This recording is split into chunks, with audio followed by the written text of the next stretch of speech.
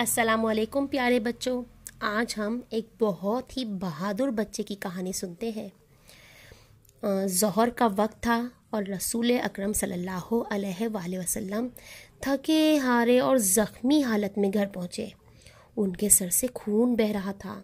جب گھر میں داخل ہوئے تو صحن کے کونے میں چلے گئے اور وہاں رکھے پانی کی کوزے کو اٹھا کر اپنا چہرہ دھونے لگے۔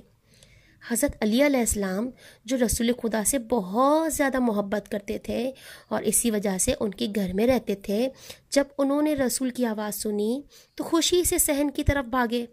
انہوں نے رسول خدا کو اس حالت میں یعنی لہو لہان دیکھا، خون میں آلودہ دیکھا تو انہیں بہت تکلیف ہوئی۔ فوراً اندر جا کر تولیہ لے کر آئے، سلام کیا اور انہیں تھمایا۔ بچوں، اس کے بعد کیا ہوا؟ رسول خدا نے اپنے ہاتھ منہ خشک کیے اور امام علی علیہ السلام کو دیکھ کر مسکرائے۔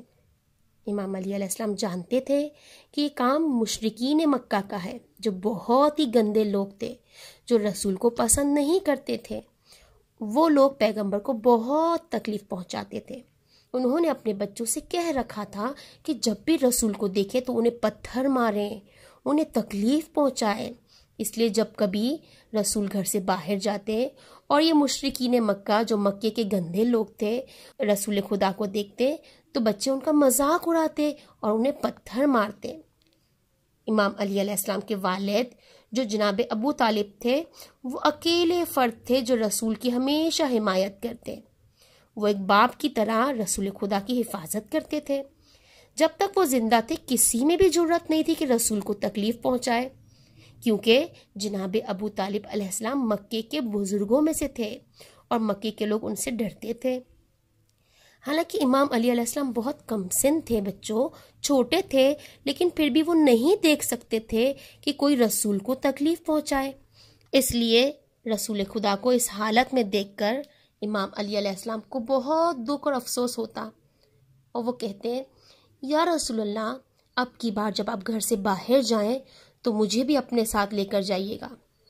رسول یہ سن کر مسکرائے اور اپنا ہاتھ علی کی شانے پر رکھا، کندھوں پر رکھا اور فرمایا، ٹھیک ہے۔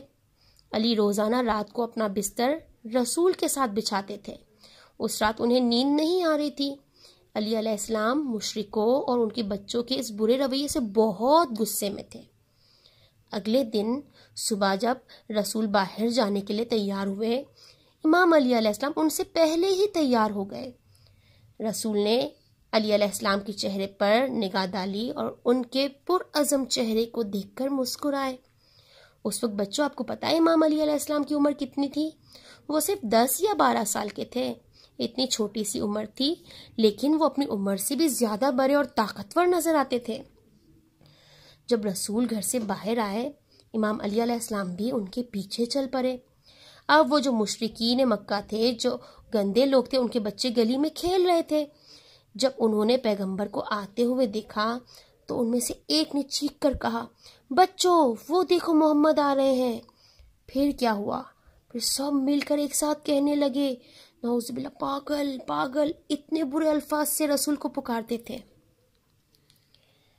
اب رسول آہستہ آہستہ اپنے راستے پر چلتے رہے، مگر بچوں نے رسول کو مارنے کے لیے زمین پر سے پتھر اٹھا لیے۔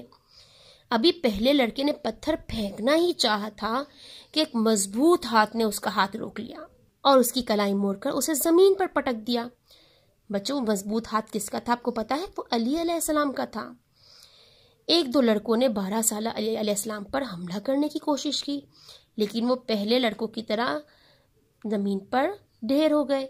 اس کے بعد علی علیہ السلام نے اطمینان سے سینے پر ہاتھ باندھے لڑکوں سے کہا، بہت خوب، اب ذرا پتھر پھینک کر دکھاؤ۔ بچے زمین پر گرے ہوئے تھے اور رو رہے تھے۔ پھر وہ ایک ایک کر کے اٹھے اور روتے روتے اپنے گھروں کو چلے گئے۔ علی علیہ السلام نے بھی اپنے ہاتھ اور لباس کو جھاڑا اور رسول کے پیچھے دوڑے، اپنا ہاتھ پیغمبر کے ہاتھ پہ رکھ کر مسکرائے اور ان کے ساتھ چلنے لگے۔ علی علیہ السلام نے اسی دن فیصلہ کر لیا تھا کہ اب وہ ہمیشہ پیغمبر کے ساتھ رہیں گے۔ اس کے بعد مکے کے بچے روزانہ علی علیہ السلام کو دیکھتے کہ وہ رسول کے ساتھ گلی سے گزرتے ہیں۔ اب ان میں جرأت نہیں تھی کہ وہ رسول کو اذیت پہنچاتے۔